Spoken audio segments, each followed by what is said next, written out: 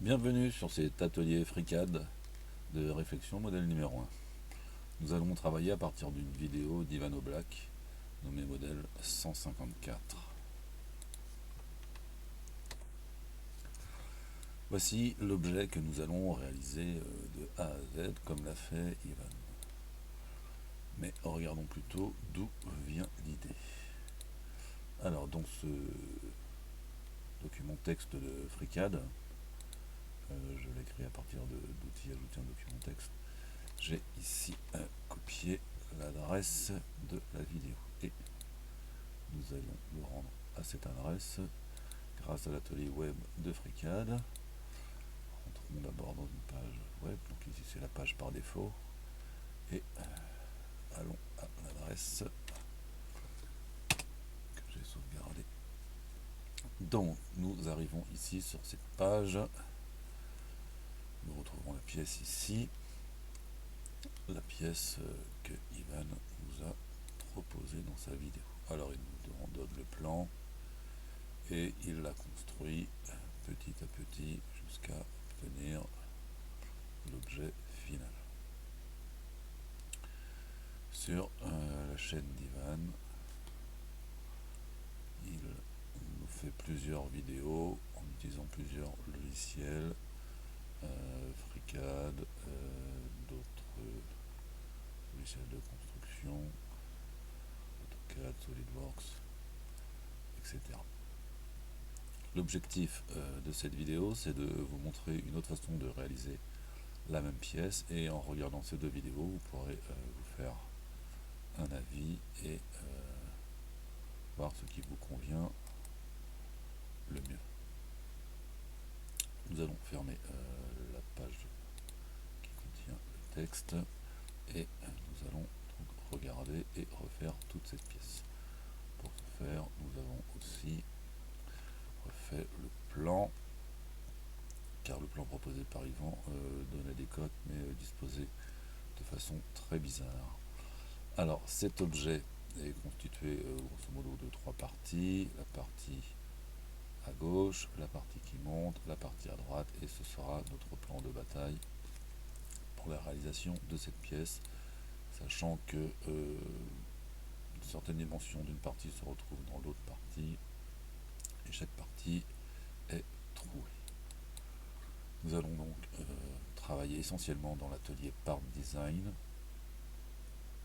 et nous allons travailler avec une version 0.20 24910, mais une version plus ancienne, 19, 18 ou que sais-je encore, devrait fonctionner de la même façon. Nous allons créer un nouveau corps et créer un premier sketch.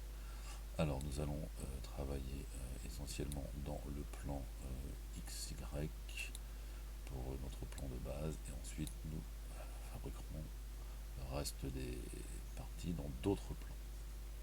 Nous avons validé. Cependant, nous voyons que l'objet ici que nous avons déjà créé précédemment nous cache tout ce que nous allons construire, donc nous allons l'effacer de la visualisation grâce à la barre d'espace. Alors, dans ce sketch à plat, nous allons utiliser un outil qui va nous simplifier grandement la vie, puisqu'il nous fait un arrondi et deux traits tangents en une seule fois. Il nous fait ici un arrondi en trop, mais nous pouvons le supprimer et le remplacer facilement par un trait droit. Si vous regardez la vidéo d'Ivan, il passe beaucoup de temps à construire ne serait-ce que cette partie-ci. Alors, du fait que nous avons supprimé le deuxième arrondi de même rayon, nous sommes obligés de rajouter ici que nous voudrions l'horizontalité pour ce côté. Nous allons aussi fixer ce côté sur l'axe ici en fixant un point sur un objet. La dernière contrainte à fixer, ce sont toutes les dimensions numériques, et nous avons ici tout ce qui nous manque, à savoir une longueur de 28 par rapport au centre et par rapport ici au choix que nous avons fait de l'axe du repère, et un rayon de 14. Donc ici nous avons 28. Alors, pourquoi? Ah oui. Nous avons 28 et ici nous aurons un rayon de 14. Nous pouvons pour le même prix construire le trou ici à l'intérieur. Trou qui lui a par contre un diamètre de 12. Voilà, la figure de ce sketch est vert foncé. Il est complètement contraint et il est fermé. Nous pouvons fermer ce sketch et l'utiliser pour créer de la matière. Alors ici il nous propose par défaut 10 mm d'épaisseur, mais le plan nous dit que avant il nous faut déjà 10 mm, donc nous pouvons valider la proposition automatique. Afin de travailler dans les meilleures conditions, nous allons de façon régulière nous placer en vue isométrique grâce à la touche 0 et centrer, afficher l'ensemble du contenu à l'écran par VF. Et pour revoir ce qui ne se voit pas toujours, CTRL clic droit sur le corps qui nous intéresse, apparence, CTRL D, nous allons rajouter un petit peu de transparence. Voilà, comme ça on voit ce qui se cache derrière, et cela nous permet de surveiller la construction au fur et à mesure et éventuellement de voir les sketchs à l'intérieur de la matière.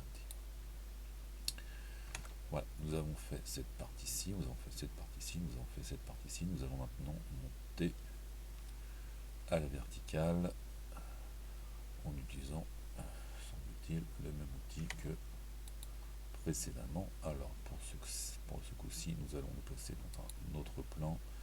Il est plus facile de cliquer ici dans le menu que de cliquer là, car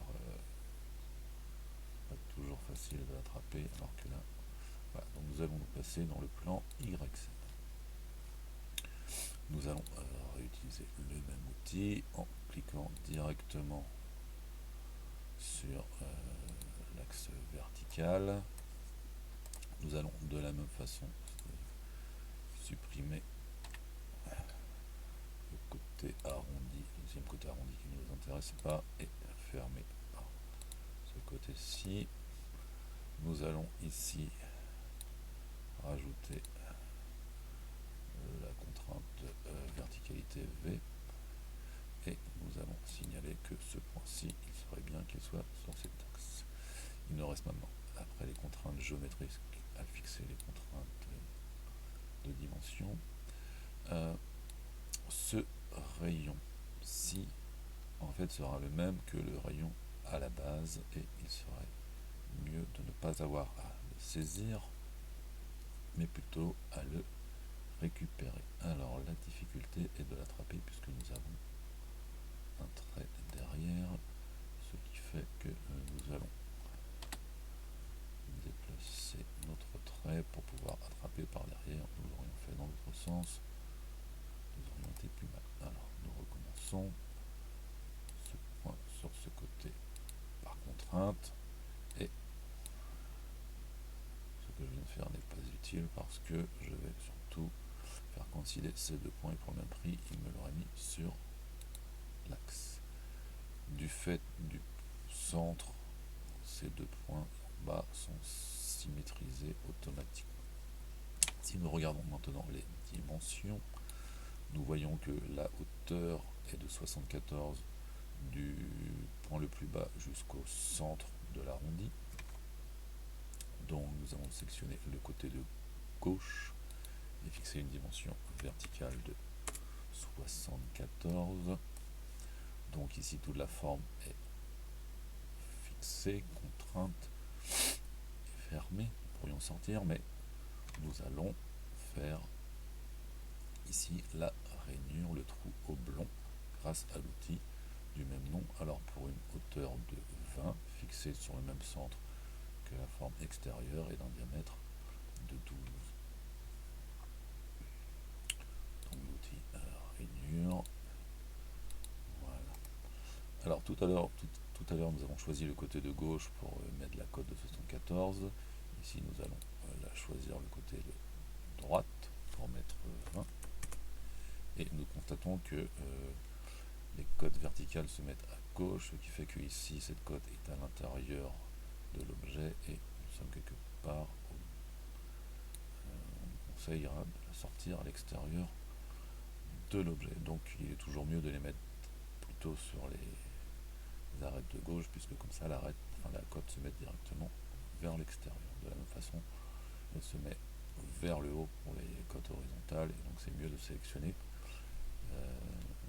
une arête au-dessus de l'objet. Voilà, nous avons toutes nos dimensions, cependant nous avons ici le diamètre de ceci. Si nous regardons le plan, nous constatons que le trou ici a un diamètre de 12, que ce trou a un diamètre de 12, et que ce trou, ou en tout cas cette partie de trou, a un diamètre de 12 aussi. Donc on peut considérer que cet objet a toutes ces dimensions de trou intérieur fixées sur la même mesure, de la même façon que l'arrondi extérieur ici est de 14, ici bien sûr c'est le même puisqu'il est fixé sur la matière comme nous l'avons fait, et le troisième arrondi est aussi 14. Donc nous avons considéré que ceci n'est pas une coïncidence mais un souhait du fabricant de la pièce, et donc nous allons en profiter pour que toute la pièce ne se réfère qu'à une seule dimension pour les trous intérieurs ou pour les arrondis extérieurs. Or, nous avons déjà mis 12 pour cette première partie et 14 aussi pour cette première partie. Donc, nous allons récupérer les codes que nous avons fixés pour cette partie-là pour les récupérer et s'en resservir pour plus tard, sachant que si on les changeait ici, elles seraient transmises aux autres utilisations. Donc, ici, je ne vais pas fixer la dimension pour l'instant. Je vais essayer de la récupérer du premier sketch. Donc, je vais fermer ce sketch-ci, retourner dans le premier sketch que j'ouvre, et cette dimension-ci, alors je n'arrive pas à l'attraper, nous allons ici l'attraper plutôt là. Nous allons lui donner un petit nom. Alors comme c'est une cote de diamètre, on va l'appeler D, comme c'est le petite valeur, on va l'appeler petit d. Nous verrons plus tard que nous allons essayer de réutiliser aussi le rayon de l'arrondi, et pour lui nous allons mettre R et un grand R puisque c'est le grand rayon. Voilà, nous pouvons fermer ceci. Si nous regardons dans les propriétés de ce sketch 06, nous voyons ici au niveau des contraintes que deux contraintes sont nommées, grand R et petit d, et que nous avons une dernière contrainte de 28 qui est cette dimension là et que l'on ne doit pas retrouver ailleurs. Voilà, c'est le seul 28. Ici ça fait 20 plus 8, c'est un mensonge que je viens de faire, mais on va considérer que ces deux dimensions seront différentes et on ne va pas les lier. C'est un choix. Donc si je regarde bien ici, nous avons pour ce sketch 006 des contraintes qui sont nommées, qui sont aliasées, grand R petit d de 14 et de 12, et une seule dernière contrainte de 28 qui elle n'est pas nommée parce que on va considérer qu'on ne s'en sert pas et qu'elle ne serait pas répétée. Alors c'est dans ce sketch 07 que je vais maintenant m'en servir, et pour cet arrondi, pour cet arc, on va lui fixer son diamètre.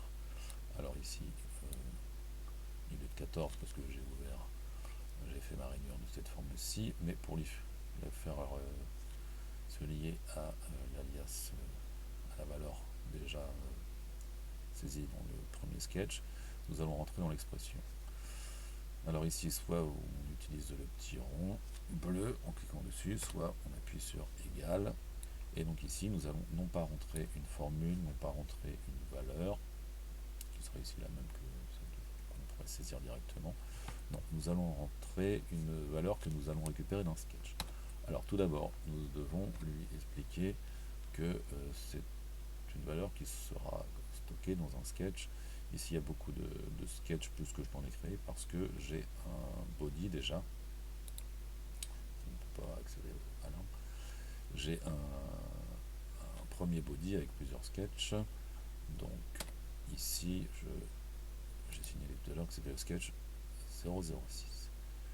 Point. Alors, dans les sketchs, ce qui nous intéresse, ce sont les contraintes. Ce coup-ci, il ne nous met pas le point tout seul, il faut que nous le mettions. Et je veux ici le petit diamètre. Et on voit ici qu'il me trouve sa valeur et qu'il me l'affiche. Je valide, je mets OK, je valide, et voilà, il nous affiche ici la valeur du diamètre. Alors on constate qu'elle n'est pas de couleur noire, parce que c'est la couleur que j'ai définie pour les contraintes habituelles. Ici, cette contrainte de dimension est orange, ce qui signifie qu'elle n'est pas donnée dans tout sketch, mais qu'elle est prise ailleurs, soit dans un spreadsheet, soit dans un autre sketch, ce qui est le cas ici. Alors, je vais y retourner parce que, en cliquant ceci, ce que j'ai tapé, je vais en avoir besoin plusieurs fois, et donc je vais faire un CTRL-C pour copier cette valeur que je réutiliserai ultérieurement. Voilà, nous allons fermer ce sketch qui est fermé, contraint, complet. Voilà, et nous allons créer de l'épaisseur. Alors, si nous regardons bien ici, l'épaisseur que nous voulons, elle est de 8. Et elle est de 8, sachant que le 28 est ici. Et donc, nous nous plaçons vers l'extérieur de la forme déjà créée. Donc, nous voulons du 8. Et surtout, nous voulons être vers l'extérieur. Alors là, je ne sais pas si j'ai créé vers l'intérieur ou l'extérieur. Et en jouant avec le bouton inversé, je vois que dans ce cas-ci, je suis vers l'extérieur et c'est ce que je vais conserver. Voilà, donc j'ai créé la partie de gauche, la partie qui monte. Il me reste maintenant la partie de droite. Pour cela, nous allons créer un nouveau sketch, un sketch dans le plan qui s'affiche en vert ici, dans le plan YZ, que non, ce serait plutôt le plan ici.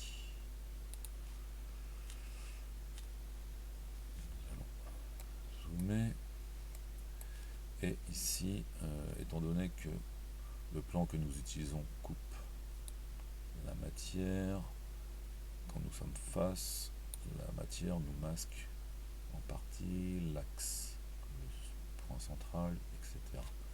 Donc en cliquant sur ce bouton bleu, nous découpons la matière pour ne voir de la matière que après notre plan. Tout ce qui est devant est masqué, et l'autre bouton à côté nous permet de nous remettre face à notre plan d'action. Alors nous pourrions réutiliser le même outil que précédemment, mais pour des raisons pédagogiques, nous allons utiliser un autre outil qui est tout aussi intéressant et qui est l'outil Polylink. Si nous regardons la build-aid, nous constatons que la touche M bascule entre les modes disponibles. Nous allons voir cela tout de suite. Alors, premier côté horizontal. Et il va nous faire une polling, c'est-à-dire que je clique, et à chaque fois, il me rajoute un trait à la suite du premier. Dans ce cas-ci, le trait est attaché au premier. Si j'appuie sur M, j'aurai un trait qui sera vertical, enfin plutôt perpendiculaire au premier. Si je réappuie, j'aurai un trait qui sera dans l'alignement du premier. Si je réappuie, je vais construire un arc de cercle qui commence dans l'alignement du premier trait, c'est-à-dire qui est tangent. Si j'appuie une deuxième fois, je vais faire un arc qui sera perpendiculaire, orthogonal, normal au premier trait. Si je réappuie, je fais encore un arc qui est perpendiculaire au premier trait, mais de l'autre côté de ce trait. Et si je rappuie, je reviens à la position, la première situation où je suis libre en faisant un trait droit. Nous allons donc nous placer pour faire un arc, et hop, ici j'ai exactement la valeur par pur hasard de 14 et 280. Bon. C'est exceptionnel, on ne va pas choisir cette valeur. Nous allons essayer de finir sur l'arc, sur l'axe plutôt.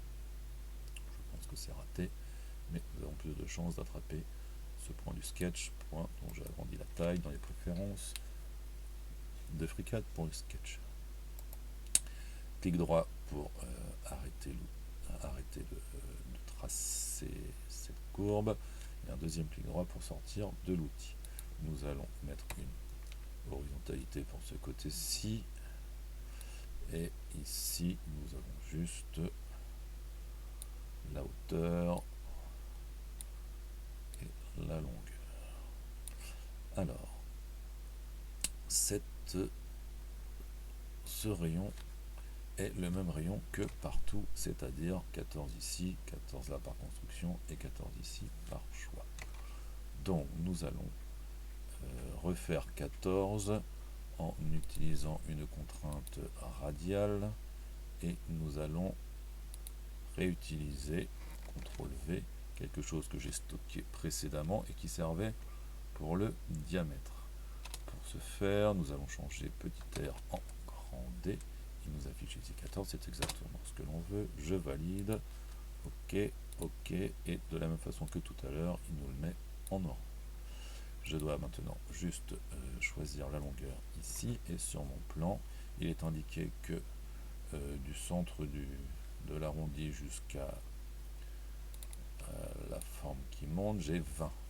Mais ici, j'ai mon axe qui est plutôt à gauche du montant, alors que là, je mesure à droite. Je n'ai qu'à tenir compte de l'épaisseur du montant. Ici, j'ai 8, ici, j'ai 20. Et donc, je vais faire une dimension ici de 8 plus 20 en tapant le calcul. FreeCAD le fera à ma place.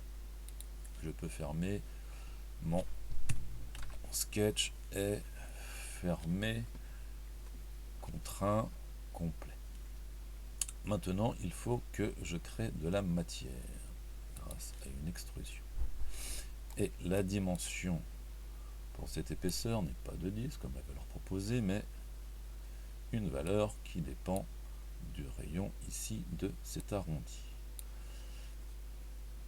Nous allons ici la modifier, plutôt que 10, nous allons nous reporter à, alors non pas le diamètre, mais le rayon. Je valide, ah, je constate en fait que je n'ai que la moitié, parce que le rayon, ça ne fait pas le diamètre, donc nous allons modifier la formule, ici la valeur que nous avons récupérée, et nous allons la doubler. Voilà. Le seul problème, c'est que ça part à partir de l'axe vers une direction, et nous la voulons symétrique. Voilà, donc ici, tout dépend de ce rayon-ci. Ce rayon-ci implique ce rayon-là, qui implique ce rayon-là. Tout est lié. Je constate toutefois que j'ai oublié le trou. Ce trou-ci, ici, je l'ai oublié. Il suffit donc de revenir dans le sketch et de rajouter ce rond dont le diamètre, outil contrainte de diamètre, est une valeur que je prends du premier sketch, et là pour le coup la lettre D convient tout à fait. Il me la met en orange parce qu'elle a été volée du premier sketch. Voilà, si je ferme, le trou a été fait. Que me reste-t-il maintenant? Si je regarde, j'ai ici la sortie carrée, ici une épaisseur de 7 par 7 à 33 de haut par rapport à la base du solide. Nous allons donc créer un dernier sketch. Nous allons le faire dans ce plan XZ, et nous allons nous accrocher à l'axe vertical. Nous allons rentrer dans la matière pour être exactement dans le plan, et que la matière ne nous gêne pas pour attraper ce repère. On va tracer un rectangle accroché sur cet axe. Nous allons signaler que deux côtés consécutifs ont une longueur égale. Nous avons donc un carré. Nous allons dire que la dimension d'une de ces longueurs est de 7. Et nous allons signaler que ce carré se trouve à une hauteur de 33. Alors nous sélectionnons un des points du bas du carré, Et sans sélectionner l'axe, nous allons dire que la hauteur est de 33. Si nous ne sélectionnons qu'un seul point avant de demander une distance verticale ou horizontale, il détermine la distance entre le point que nous avons considéré et l'axe qui convient. Voilà. Nous pouvons maintenant fermer le sketch qui est complet, qui est fermé, qui est contraint, et nous devons créer de la matière. Malheureusement, nous devons refaire le même petit jeu pour la dimension que la forme que nous venons de faire juste avant, c'est-à-dire dire qu'il faudra extruder selon 2 fois le grand rayon. C'est tout à fait possible, mais c'est un peu dommage parce que ce que nous venons de faire ici, ce petit carré, nous aurions pu directement le mettre dans le sketch précédent, et c'est ce que nous allons faire maintenant. Nous allons retourner dans le sketch précédent et redessiner le carré. Cependant, il est dommage, après tout ce que nous avons fait pour le carré que nous n'avons pas encore extrudé, d'avoir à tout recommencer. Donc ce que nous allons faire, c'est que nous allons voler le sketch du carré pour le replacer dans ce sketch-ci. Et pour ça, nous avons ici l'outil du sketcher qui s'appelle copier la géométrie d'une autre esquisse, carbone copy en anglais. Donc je clique sur ce bouton et je sélectionne ici le sketch qui est encore visible parce que nous ne l'avons pas utilisé. Alors ici, il ramène la construction ainsi que ses contraintes, et ces contraintes, pour le coup, il les met en orange parce qu'elles proviennent d'un autre sketch. Alors nous, comme plus tard, nous allons supprimer le sketch d'où elles viennent, il nous faut les récupérer définitivement, donc nous allons dans l'expression, nous effaçons, et donc là, la valeur de 7 n'est plus une valeur qui est calculée à partir d'un autre sketch, mais qui sera juste saisie en fait dans cette case-là, voilà. Et nous allons faire de même ici, en allant dans le champ, en effaçant, et on récupère la valeur comme si nous l'avions tapé directement. Nous pouvons fermer, et nous voyons que le morceau de forme carrée a été fait en même temps que la partie droite de notre objet. Notre sketch qui ne sert que pour le petit carré qu'on a recopié ne sert plus puisque on l'a complètement intégré au sketch précédent. Voilà, nous avons donc en 1, 2 et 3 actions, 3 pads, fabriqué le bas à gauche, le montant central et le bas à droite. Nous aurions pu le faire d'une autre façon. Alors je masque ceci en faisant barre d'espace et j'affiche une deuxième possibilité. Alors évidemment là c'est exactement la même pièce, donc on ne verra pas la différence. Cependant, si on regarde la construction et si je sélectionne le premier pad barre d'espace, celui-ci s'affiche uniquement, et ça c'est la première partie de ma pièce. Alors il pourrait être intéressant de regarder le sketch, et sur ce sketch on voit en fait que c'est la face de front, la face de face que l'on a représentée dans ce premier sketch. Alors évidemment ça fait beaucoup de dimensions, c'est un sketch assez lourd, assez difficile à lire, mais il a permis de faire un maximum de la pièce. Alors par contre, les trous dans les autres dimensions ne sont pas faits, de même que les arrondis. C'est pour ça que nous avons encore 2 constructions, et là, ça ne seront pas en rajoutant de la matière, mais en supprimant. Donc nous avons une première pocket pour faire l'arrondi du montant et la rainure, et nous aurons une dernière poche pour arrondir en bas et faire le trou. Alors cependant, nous avons quand même une petite explication à donner, c'est que, alors mettons-nous au niveau du plan de coupe, je vais supprimer ceci parce que c'est ce que je vais vous expliquer. Alors nous avons fait le trou qui sera centré par rapport à l'arrondi du bord. Alors cet arrondi du bord a été construit en se mettant tangent à la géométrie ici que nous avons capturé par le bouton de capturer une géométrie externe. Donc nous avons capturé ce côté-ci de la matière déjà créée et nous avons fait un arc de cercle qui lui soit tangent. Ensuite ici nous sommes mis sur le bord et de la même façon nous avons fait aussi une tangence, et pour le bout de l'arc, nous nous sommes mis verticalement par rapport au centre, ce qui fait que ici les trois points forment une verticale. Mais si le trou est fermé, l'arc ici qui va faire l'arrondi n'est pas fermé et nous devons fermer. Alors grâce à l'outil Polyling, nous pourrions nous placer sur les différents points pour fermer ici la forme. Alors ça n'est pas le cas, clic droit pour arrêter le trait, clic droit pour quitter l'outil. Ici ce n'est pas le cas puisque on voit que tout n'est pas sur le même point, il ne veut pas, il y a un petit problème. De toute façon ça n'est pas grave, car si nous travaillons comme ceci, le trait ici qui est vertical touche un autre trait de la découpe. Et ça, FreeCAD n'en veut pas. Donc ce que nous avons fait n'est pas acceptable pour FreeCAD. Et donc nous ne pouvons pas travailler comme ceci. Il faudrait faire un rectangle plus grand en sortant par exemple comme ceci. Le problème c'est que si on souhaite tout contraindre, il faut mettre des dimensions qu'on invente qui ne sont pas pratiques. Alors le plus simple dans le cas présent serait d'utiliser de nouveau l'arc. Et on va centrer sur cette géométrie extérieure, on va le débuter comme le premier arc et le finir comme le deuxième arc. Et on constate ici que nous allons manger toute la matière qui ne nous intéresse plus. Alors on mange aussi du vide, mais manger du vide, ça ne fait pas grossir. Nous pouvons fermer et nous pouvons créer l'arrondi.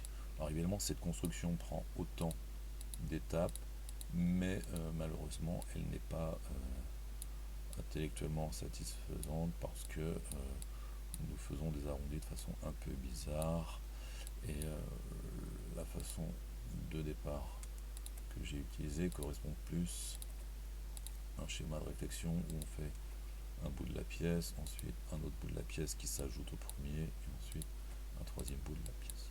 Mais on peut construire comme on l'entend à partir du moment où le résultat est celui qu'on attend et est assez robuste. Voilà. Je vous engage à aller regarder la vidéo d'Ivan. Vous pourrez ainsi comparer ce que je vous propose avec ce qu'il vous propose lui. Il le fait en beaucoup plus d'étapes, avec des manipulations beaucoup plus longues et beaucoup moins pratiques. Je vous laisse en juger.